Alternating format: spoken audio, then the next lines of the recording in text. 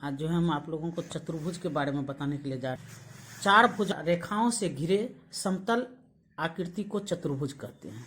जैसा कि आकृति में दिखाया गया है ABCD एक चतुर्भुज है।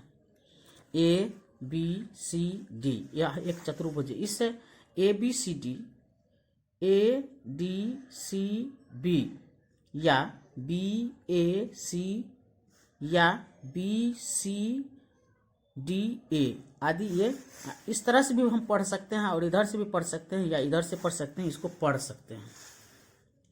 अब है विकर्ण किसे कहते हैं? चतुर्भुज के सम्मुख शीर्षों को मिलाने वाले रेखाओं को इसका विकर्ण कहते हैं। आकृति में जैसा दिखाया गया है देखें, A और C और B और D यह एक विकर्ण है। अब है चतुर्भुज के चारों कोण का योग कितना होता है? तो 360 डिग्री होता है। जैसा कि सूत्र है कोण A प्लस कोण B प्लस कोण C प्लस कोण D। जिस तरह से त्रिभुज में पढ़ते थे, त्रिभुज में 3 भुजा होता था तो ABCD ABC त्रिभुज में पढ़ते थे, चतुर्भुज में पढ़ते हैं ABCD। तो उसमें त्रिभुज में तीनों कोण का योग 180 डिग्री होता है, इसमें 360 डिग्री होता है। अब जाने बहुभुज किसे कहते हैं? 3 या 3 से अधिक भुजाओं से घिरे समतल आकृति को बहुभुज कहते हैं। 3 या 3 से अधिक जब होगा, भुजा रहेगा तो वह बहुभुज कहलाएगा।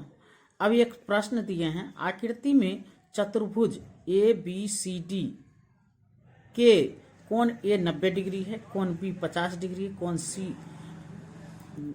नहीं मालूम है, D 90 डिग्री है।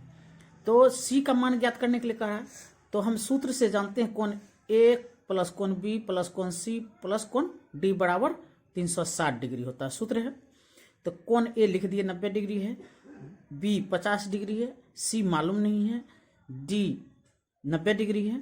अब इस तीनों को जोड़ेंगे, जोड़ करके लिखे, ये इधर आया, कोण C का मान निकाले तो 360 डिग्री इधर आया तो प्लस में इधर आकर के माइनस में हो गया, प्लस में है तो माइनस में हो गया, तो घटाएंगे तो 130 डिग्री होगा। इस तरह से इस वीडियो को देखिएगा, लाइक कीजिएगा और सब्सक्राइब कीजिएगा, दोस्त लोगों को भी शेयर करने का प्रयास कीजिए।